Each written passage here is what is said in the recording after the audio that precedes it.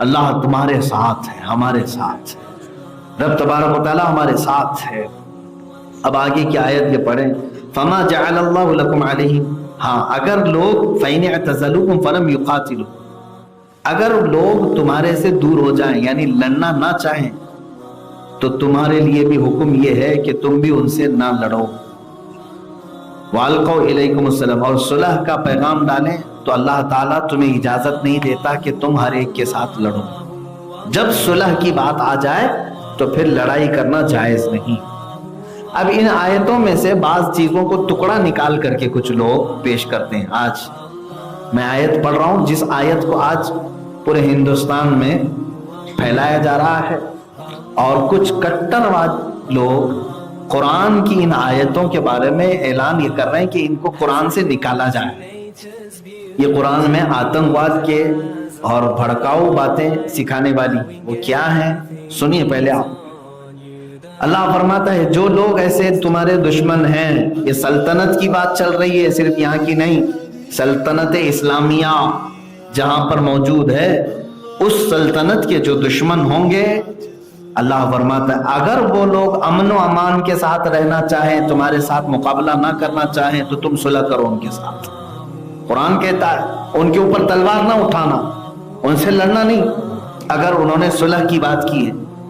لیکن ساتھ میں رب تعالیٰ یہ فرماتا ہے اگر کوئی تم سے صلح نہ کرنا چاہے، توجہ، فَإِن لَّمْ يَعْتَزِلُوكُمْ، اگر وہ تم سے دور نہیں ہٹنا چاہتے، ہمیشہ تن کے کھڑے، وَيُلْقُوا إِلَيْكُمُ السَّلَامَ، اور صلح کی گردن نہ ڈالے، یعنی صلح نہیں چاہتے ہو، دو چیزیں، وَيَكُفُّ أَيْدِيَهُمْ، اور اپنے ہاتھ مقابلہ کرنے سے نہیں روکتے ہیں، جب موقع ملے بم مارتے ہیں، جب موقع ملے تیر چلاتے ہیں، ان لوگوں کے متعلق اللہ کیا فرما رہا ہے، فَخُذُوهُمْ وَاقْتُلُوهُمْ، تو پھر ایسے لوگوں کو جہاں پاؤ پکڑو اور انہیں مارو۔ لیکن کٹنگ کتنی کی، فَخُذُوهُمْ وَاقْتُلُوهُمْ، اتنا ہی، اتنی کٹنگ کر کے پیش کرتے ہیں۔ دیکھو قرآن کہہ رہا ہے کافروں کو جہاں پاؤ مار ڈالو۔ ارے اگر یہی حکم پر ہم عمل کیے ہوتے تو 700 سال ہم یہاں ہندوستان میں حکومت کر چکے۔ اس حکم پر اگر تم جیسا کہہ رہے ہو عمل کر لیے ہوتے تو کوئی چوڑا بھی باقی نہیں رہتا نا۔ اس کا مطلب یہ نہیں ہے، قرآن یہ نہیں کہہ رہا ہے کہ جہاں کسی کافر کو پاؤ اور قتل کر دو، ہرگز نہیں۔ جو سلطنت اسلامیہ کے اگینسٹ آیا اور جو صلح نہیں کرنا چاہتا ہے اور اینی ٹائم تمہارے اوپر حملہ کرنے کے لیے کھڑا رہتا ہے، یہ تین چیزیں جس کے اندر ہیں، اس کے لیے قرآن کا حکم ہے کہ تم اسے پاؤ گے تو مارو۔ میرے عزیزو، یہ کون سا نیا حکم تمہیں لگ رہا ہے؟ میں پوچھتا ہوں بارڈر پر کھڑے ہوئے ہمارے فوجیوں سے، بارڈر پر کھڑے ہوئے فوجیوں سے، سامنے دشمن ہے تمہارے، وہ صلح نہیں چاہتا ہے اور بندوق تانے ہوئے کھڑا ہے کہ تم اگر ابھی نظر آؤ گے تو اڑا دے گا، مار ڈالے گا۔ ایسے دشمن کے بارے میں ہماری حکومت کیا آرڈر دے گی؟ کیا آرڈر دے گی؟ نہیں، امن کی بات کرو اس کے ساتھ، نہیں، ہماری حکومت یہ آرڈر دے گی کہ اگر اس کو پالو تو اس کو تم پہلے اڑاؤ، کیونکہ اگر تم نہیں مارو گے تو وہ تمہیں مار دے۔ یہی حکم ہے۔ اب میرے عزیزوں، ان کٹرواد لوگوں کو یہ سمجھانے کی ضرورت ہے، قرآن کی آیتیں اس طرح سے کٹنگ کر کے نہ پیش کرو، پورا آگے پیچھے کا بھی پیش کرو۔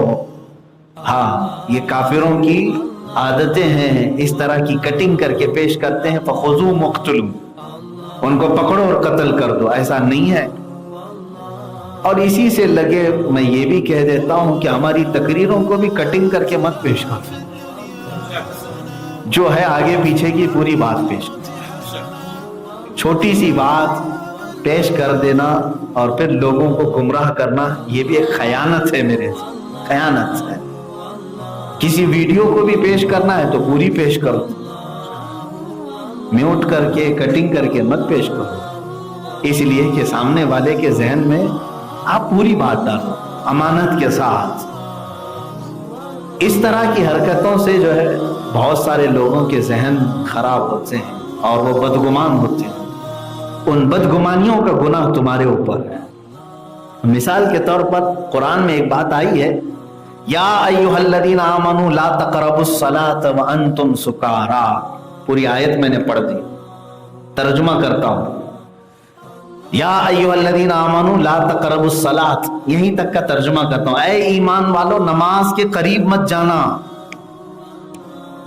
اے ایمان والو نماز کے قریب مت جانا. معاذ اللہ، یہاں تک اگر روک کر کے کسی نے اتنا ہی کٹ کر دیا آیت، آپ کہیں سے بھی ترجمہ کرا لیں. ہاں، اور پروفیشنل جو ٹرانسلیٹر ہے اس سے بھی ترجمہ کرا لیں.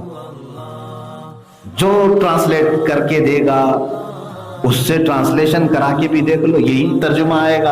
اے ایمان والو نماز کے قریب مت جاؤ.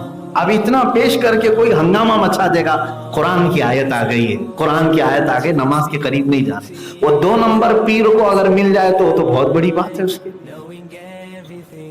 ہاں، جعلی پیروں کو اگر یہ بات مل گئی تو ان کے لیے تو وارے نیارے ہو گئے، ویسی نماز سے بھاگنا چاہتے ہیں. تصور کی نماز والوں کو اتنی آیت کا اگر مل جائے. میرے عزیز، ہے کیا یہ حقیقت؟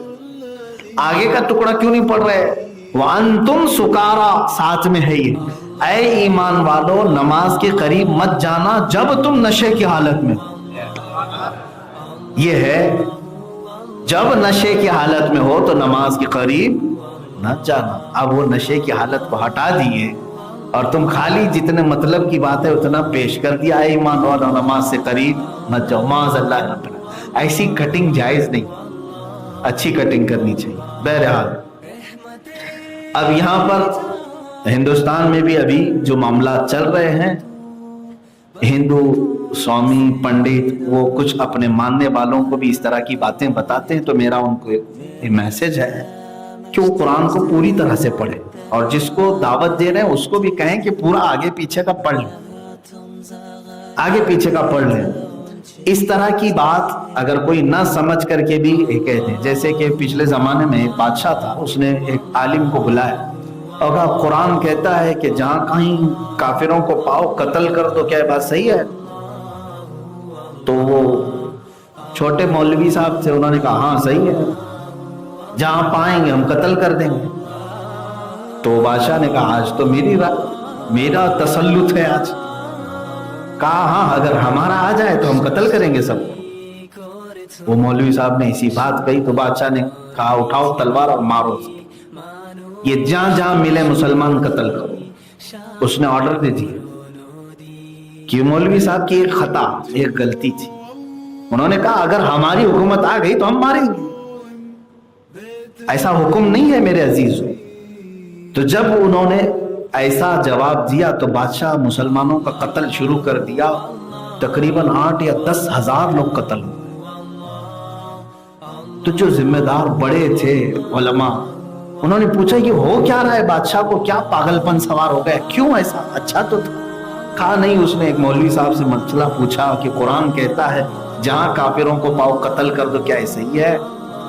تو مولوی صاحب نے کہا ہاں صحیح ہے، جہاں ہم پائیں گے قتل کریں گے. بادشاہ نے ان سے پوچھا پھر ابھی کیوں نہیں کرتے؟ کہا ابھی ہماری حکومت نہیں، جب آئے گی تب کریں گے.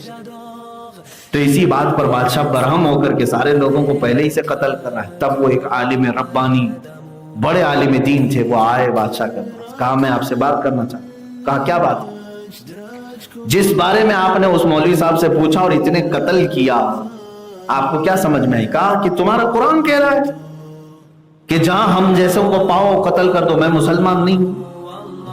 تو اس عالم دین نے کہا نہ، ان کی خطا ہے، ان کی بھول ہے، وہ قرآن کو نہیں سمجھے، اور بیان کر دیا. یہی کٹنگ والوں کا حال ہے، ویسے ہی بیان کر دیا. تو بادشاہ نے پوچھا تو پھر ہے کیا اصل؟ یہ کہا بادشاہ آپ کی یہ سلطنت ہے، آپ کی یہ رعایا ہے، آپ کا یہ ملک ہے، مجھے یہ بتاؤ جنگ کی حالت آ گئی، دشمن آپ کے اوپر آ گئے، ادھر کے ملک والا، سامنے کے ملک والا، ادھر کے ملک والا دشمنی پر آ گئے اور جنگ کی حالت آ گئی، اور آپ کے فوجیوں پر ان لوگوں نے، دشمنوں نے تلواریں اٹھا لی، سب تلواریں اٹھا چکے ہیں، ہر طرح سے دشمن. اے بادشاہ سلامت، اس دن آپ کیا آرڈر دو گے اپنے فوجیوں کو؟ جب آپ کی رعایا کے خلاف سارے دشمن تلوار اٹھا لیں، اس دن اے بادشاہ آپ کیا آرڈر دیں گے اپنے سپاہیوں کو؟ بادشاہ کہتا ہے میں تو آرڈر دوں گا کہ جہاں دشمن تلوار اٹھائے نظر آئے مار ڈالو. تو کہا یہی تو اسلام بھی کہہ رہا ہے. قرآن یہی کہہ رہا ہے کہ جب تم سے کوئی صلح نہ کرنا چاہے اور تلوار اٹھا لے اور مارنے پر آ جائے, تب قرآن کہتا ہے کہ سلطنت اسلامیہ کی حفاظت کے لیے تم اسے دور کر سکتے ہو, دفع کر سکتے ہو.